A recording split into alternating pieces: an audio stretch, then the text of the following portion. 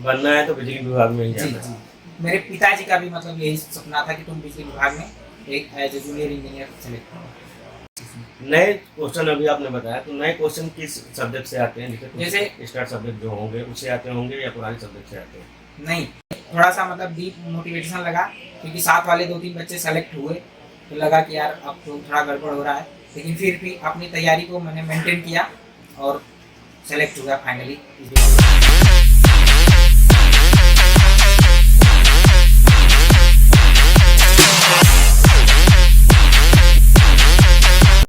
Hi guys, welcome to my YouTube channel Indian Gupta official. जैसा कि आप लोगों को पता है, इसमें यूपीपीसीएल जेई सेलेक्टेड कैंडिडेट की इंटरव्यू सीरीज चल रही थी। तो उसी सीरीज में आज हमारे साथ आशीष कुमार यादव जी मौजूद हैं बनारस उत्तर प्रदेश से, जिनका हाल ही में सिलेक्शन यूपीपीसीएल में एज ए जेई के रूप में हुआ है। तो बहुत बहुत बधाई हो आपको। धन्यवाद सर। तो सबसे पहले हम आपके बारे में थोड़ा सा इंट्रोडक्शन जानना चाहेंगे। आप कहाँ से बिलोंग करते हैं और आपने डिप्लोमा वगैरह कहाँ से किया है? मेरा नाम आशीष कुमार यादव है, मैं वाराणसी का रहने वाला हूँ और मैंने हाई स्कूल अपने बगल के ही एक कॉलेज से किया हूँ, जिसका नाम डीसीबी इंटर कॉलेज है। उसके बाद मैंने पॉलिटेक्निक, गवर्नमेंट पॉलिटेक्निक मुरादाबाद से किया हूँ और वहाँ पे जब द इंजीनियर्स उसमें नया नया ही खुला था, तो यहाँ से हिमांशु सर हम लोगों के कॉलेज गए और वहाँ पे एक कॉन्फ्रेंस किए और बताए, तो हम लोग वहाँ से इनसे परिचित हुए। उसके बाद आए डायरेक्ट इलाहाबाद, तो आने के बाद सर से मिले और इनके डेमो क्लास अटेंड किए, तो काफ़ी अच्छा रिस्पांस मिला। इसके बाद हमने कहीं और कुछ नहीं सोचा, सिर्फ यहीं पे एडमिशन लिया और उसके बाद अपनी तैयारी कंटिन्यू स्टार्ट कर दी। यानी आपने डिप्लोमा से ही सर का नाम सुन लिया था? जी सर। सुना है कि आपके सीनियर्स वगैरह भी यहाँ से पढ़े हुए, उनका भी जी सिलेक्शन सर। हुआ जी है? सर। जी सर, हमारे एक सीनियर थे इंद्रेश यादव, जो पीछे आप यहाँ पे देख सकते हैं। फोटो में लगी। इन्होंने बहुत ही जल्दी, मतलब इन्होंने जब अपना पॉलिटेक्निक किया था तो काफ़ी बताया कि यहाँ पे जो टीचर हैं काफ़ी अच्छा रिस्पांस देते हैं, तो हम लोग इन्हीं का फॉलो किए और यहाँ पे आए। जब आप तैयारी करने आए तो नोट्स वगैरह आपने किस प्रकार से बनाई और क्या सावधानियां बरती नोट्स बनाते समय? देखिए सर, नोट्स बनाने का तरीका जो जैसे सर मतलब टॉपिक पढ़ाते गए, बस वैसे ही हम लोगों ने नोट्स भी बनाए और उसको डेली बाय डेली, मतलब अपना ये नहीं कि आज का नोट्स बनाए कल का छोड़ दिए, मतलब डेली अपना रूटीन में हो गया।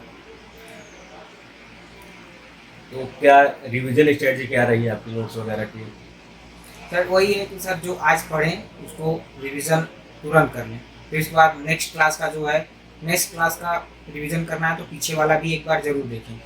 ऐसा क्या होता है, अगर पीछे वाला नहीं देखें तो पीछे वाली चीज़ें आपको भूलती जाएंगी, इसलिए आप नेक्स्ट पीछे भी देखते जाइए और आगे जो पढ़ा है उसको भी आप रिवीजन करते, इससे आपका मल्टीपल रिवीजन भी हो जाएगा साथ में।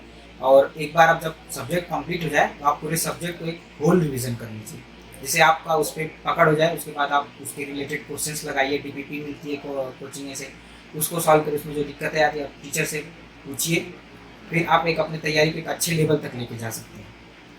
तो आपने, जैसे आपका क्या गोल था जब आप डिप्लोमा कर रहे थे, तभी आपका गोल था कि हमको जेई बनना है, तो किस डिपार्टमेंट बनना है? तो ये कब आपने निश्चय कर लिया था मुझे इस डिपार्टमेंट में जेई बनना है?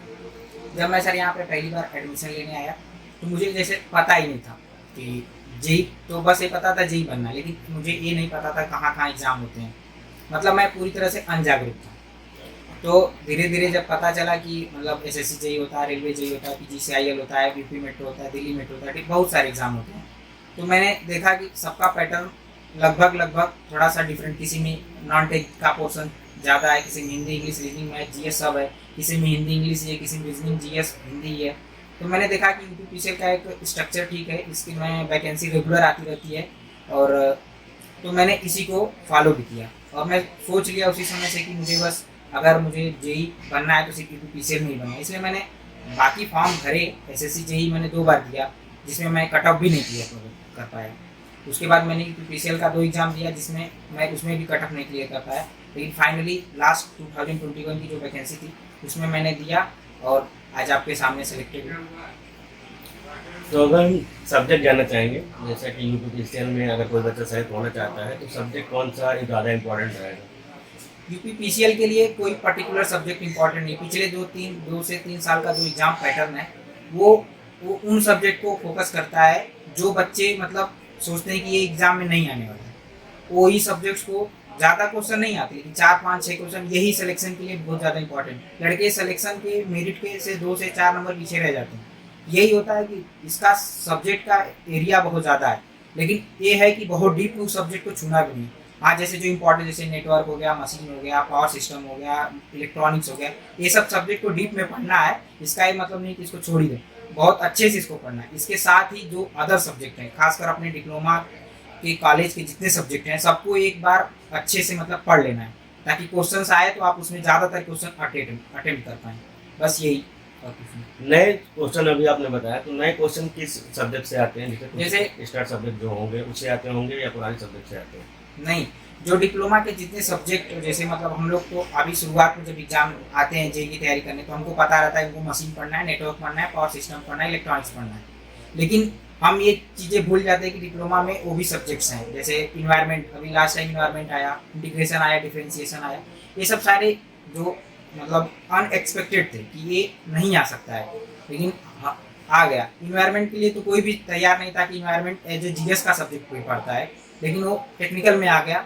तो लड़के मतलब काफ़ी इससे डरते हैं, लेकिन आपको डरने की जरूरत नहीं। बस अपने सब्जेक्ट को, जितने भी डिप्लोमा में सब्जेक्ट हैं 15 20 22 लगभग हो जाते हैं, आप उनको बस एक बार अच्छे से कवर कर लीजिए और खुद पे भरोसा रखिए, आप जरूर सफल होंगे। कुछ सब्जेक्ट हैं जैसे कि नए सब्जेक्ट जो आप पूछे जा रहे हैं, जैसे पीएलसी हो गया, स्काडा हो गया, इन सब सब्जेक्ट्स का क्या रोल रहेगा यूपीपीसीएल में? देखिए, हर एक सब्जेक्ट का अपना बराबर का रोल है, क्योंकि पीएलसी स्काडा से जो क्वेश्चंस आते हैं 4 5 क्वेश्चन ही आते हैं। लड़के सोच के छोड़ देते हैं कि चलिए कोई बात नहीं, इससे कोई वो नहीं, लेकिन आजकल सिलेक्शन यही ही दिलाते हैं, क्योंकि यूपीपीसीएल पिछले 3 4 सालों में नेटवर्क का पोर्शन डालता ही नहीं। 2 4 क्वेश्चन किसी शिफ्ट में आ जाते हैं, तो घबराने की जरूरत नहीं है। हर एक सब्जेक्ट को, जैसे पीएलसी, आजकल लड़के बहुत ज़्यादा दिक्कत है कि पीएलसी स्काडा से घबरा जाते हैं, तो घबराने की जरूरत नहीं है। आप अगर एक बार द इंजीनियर्स में प्रवेश कर लिए, आपको टेंशन लेने की जरूरत नहीं है, क्योंकि आपको पीएलसी, स्काडा, मैटलैब, ऑटोकैड सब कुछ पढ़ाया जाएगा। बस आप इनके कंटेंट पे भरोसा रखिए और खुद भी मेहनत करिए ईमानदारी से। ये तो आपने नोट्स और सब्जेक्ट बता दिए किसी का क्या बनेगा। तैयारी के समय कौन सी बुक आपने यूज किया है? तैयारी के समय बुक की बात करें तो आप प्रैक्टिस क्वेश्चन लगाने के लिए यूथ पब्लिकेशन की वॉल्यूम 1 और वॉल्यूम 2 आती है, जिसमें जेईई के सारे पूरे ऑल ओवर इंडिया जितने जेईई के एग्जाम होते हैं उसमें सारे प्रीवियस ईयर के क्वेश्चन जेईई होते हैं। ऐसे क्या होता है कि आपको पता चल जाता है कि हर एक एग्जाम का पैटर्न क्या है, क्या क्वेश्चन का लेवल आता है, मतलब आप एक आइडिया होता है, आप उसी अनुमान से अपनी तैयारी को बनाए रखते हैं, ये जरूरी होता है। यूपीपीसीएल के अलावा भी और भी एग्जाम्स उस समय आए हैं लगभग आपकी तैयारी के समय, तो कौन कौन सा एग्जाम आपने दिया है और क्या उसमें रिजल्ट्स रहे हैं उसमें? मैंने पहली बार एसएससी जेईई का सबसे पहले फॉर्म, उसी का मैंने जब डिप्लोमा में था तभी भर दिया था। उसका एग्ज़ाम हुआ, उसमें मेरे रिस्पांस बिल्कुल भी नहीं था, क्योंकि तैयारी कुछ थी नहीं, कुछ आता ही नहीं था। उसके बाद जब यूपीपीसीएल ही 2019 के दिसंबर में आया, उसमें भी मैंने एग्ज़ाम दिया, उसमें भी बेकार परफॉर्मेंस था। लेकिन मैं उसमें डिमोटिवेट नहीं हूँ, क्योंकि मुझे पता था कि मैंने कुछ तैयारी नहीं, कुछ डिमोटिवेट होने का कोई मतलब ही नहीं। उसके बाद जब नेक्स्ट एग्ज़ाम दिया एसएससी जेईई का, तो मेरा मतलब एसएससी जेईई के लिए उतना फोकस नहीं था। यूपीपीसीएल जब नेक्स्ट आई उसमें मैंने थोड़ी अच्छी पढ़ाई की थी, लेकिन अनुरूप रिजल्ट नहीं मिला। थोड़ा सा मतलब डीप मोटिवेशन लगा, क्योंकि साथ वाले 2 3 बच्चे सेलेक्ट हुए, तो लगा कि यार अब तो थोड़ा गड़बड़ हो रहा है, लेकिन फिर भी अपनी तैयारी को मैंने मेंटेन किया और सेलेक्ट हुआ फाइनली इस 2021 की वैकेंसी में। तैयारी के समय जब आप एग्जाम देते हैं रिजल्ट नहीं आता, जैसा कि यूपीपीसीएल सेकंड बार जब आपने दिया था उसमें आपका नहीं हुआ, तो थोड़ा डिमोटिवेशन आया होगा, उसको मोटिवेशन में आपने कैसे बदला? ठीक है, डिमोटिवेशन तो आदमी को अगर सोचेगा, माइंड की बात है, हर वक्त डिमोटिवेशन ही है, क्योंकि जिस हिसाब से एग्ज़ाम होता है, आज फॉर्म निकला 6 महीने बाद एग्ज़ाम होता है, तो ये आपको घबराने की ज़रूरत ही नहीं है।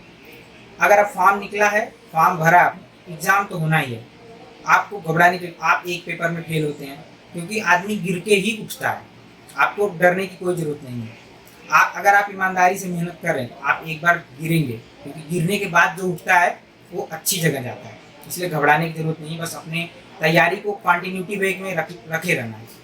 ये नहीं कि एक एग्ज़ाम मतलब गड़बड़ हो गया तो आप दिक्कत हो गया, आप लगे इधर उधर घूमने, एक आप दूसरा एग्ज़ाम देंगे, बहुत सारे एग्ज़ाम देंगे। मेरे मन में बहुत सारे ख्याल आते थे, लेकिन मैंने फिर कहा नहीं, मुझे यही देना है, बनना है तो बिजली विभाग में ही जाना है।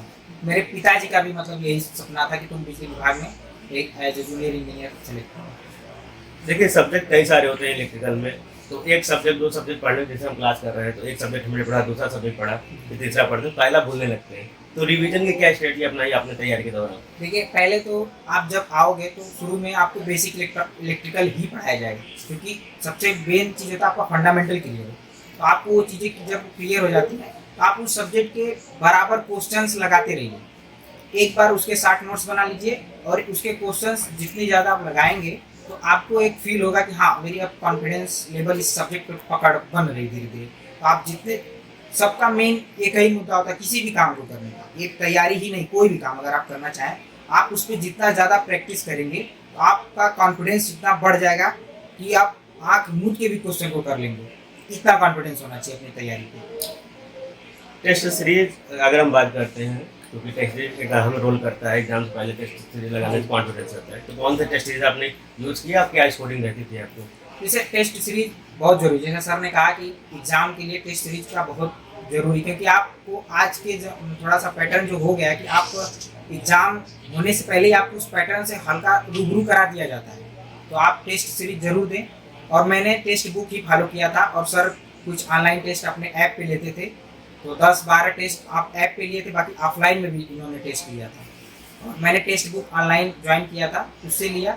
उसमें मतलब काफ़ी ठीक ठाक परफॉर्मेंस रहती थी। उसी टेस्ट सीरीज को देख के थोड़ा सा मोटिवेशन बढ़ता था, मतलब तैयारी अब ठीक पिकअप जा रही। तो आदमी वही देखता है, घबराने की जरूरत नहीं, टेस्ट सीरीज कोई सी भी ज्वाइन करो। उसके बाद लेकिन बस उसमें जो स्कोर आए, वहाँ जहाँ गलती दिखे उस पर वर्क करना स्टार्ट कर दीजिए, आप सेलेक्ट हो जाएंगे। बहुत ही बढ़िया बात कही है, टेस्ट सीरीज देते रहिए, जहाँ पे गलतियाँ आ रही हैं उसको इम्प्रूव करते रहिए, सिलेक्शन आपका एक न एक दिन जरूर हो जाएगा। अब हम थोड़ा पढ़ाई साइड के बेसिक मेंटली प्रिपरेशन पर जाते हैं। तो सबसे पहले हम पूछना चाहेंगे कि आपको पढ़ाई में किसने सपोर्ट किया? ये सर, शुरू से मैं पढ़ने में, इंटरमीडिएट में जैसे ठीक था पढ़ने में, तो पापा ने बोला कि तुम इंजीनियरिंग चॉइस कर लो, लेकिन मैं बीएससी करने के चक्कर में था, लेकिन बीएससी मैंने की नहीं। तो मैंने इंजीनियरिंग में एडमिशन लिया, डिप्लोमा। तो मैंने डिप्लोमा किया, उसके बाद पापा ने मुझे मतलब बहुत मोटिवेट किया। इसके लिए मैं पापा को बहुत बहुत धन्यवाद करना चाहता हूँ कि उन्होंने मुझे बहुत सपोर्ट किया और कहा कि तुम पढ़ो, तुम बस मेहनत करो ईमानदारी से, तुम टेंशन मत लो घर पे क्या है क्या नहीं है, बस तुम अपने काम पर ध्यान दो, बाकी सब अच्छा हो। मैं पापा को बहुत शुक्रिया अभी भी करना चाहता हूँ। चलिए, तो फर्स्ट रिएक्शन क्या था पापा का जब पता चला कि बेटा बन गया मेरी? बहुत खुश हुए और भावुक हो गए, क्योंकि मैं पहला अपने घर में ऐसा बंदा हूँ जो मतलब यहाँ तक पहुँचा हूँ। बहुत खुश हुए और बता नहीं सकता कितना खुश हुए, एक्सप्लेन नहीं कर पा रहे जी। चलिए, क्या रोल होता है तैयारी में दोस्तों का? दोस्त बहुत इम्पोर्टेंट। दोस्त सब्जी में नमक की तरह होते हैं। अगर दोस्ती अच्छे से हो जाए तब तो आपका भविष्य बन जाएगा। अगर गलत चक्कर में पड़ गए तो समझ वही है, नमक ज़्यादा हो जाता है, सब्जी बेकार हो जाती है। तुम कितना हो महंगा सब्जी बना लो, लेकिन वो खराब ही हो जाए। तो दोस्त का बहुत अहम रोल होता है। आप किस लोगों के साथ रह रहे हैं और उनका रूटीन क्या है, सबसे बड़ा ये है रूटीन। तो आप उस रूटीन, मैं अपने एक दोस्त जितेंद्र पटेल का नाम बताना चाहूँगा। हम लोग उसी से मोटिवेट, जब वो टेस्ट देता था, वो टेस्ट में काफ़ी अव्वल आता था। हम लोग बस उसके सोचते थे, बस इसके अगर आसपास रहेंगे तो हम लोग की तैयारी ठीक बनी रहेगी। तो मतलब काफ़ी हम लोग उससे मोटिवेट हुए। हम लोग में कौन कौन आते थे आप लोग? हम लोग में जैसे सर बहुत, हम लोग 5 लड़के एडमिशन लिए थे एक साथ। जैसे जितेंद्र पटेल, चंदन गुप्ता, मैं, और उसके बाद दीपक कुमार और एक अनिल कुमार। 5 लड़के थे, जिसमें से अनिल कुमार का 2020 के बैच में सिलेक्शन हो गया और बाकी 3 लड़के हैं। एक लड़का रह गया, वो भी बहुत मेहनत करता है। मतलब हम एक ग्रुप में ही पढ़ते थे। तो एक लड़के का 2020 में हुआ, 2021 में 3 लोगों का हो गया।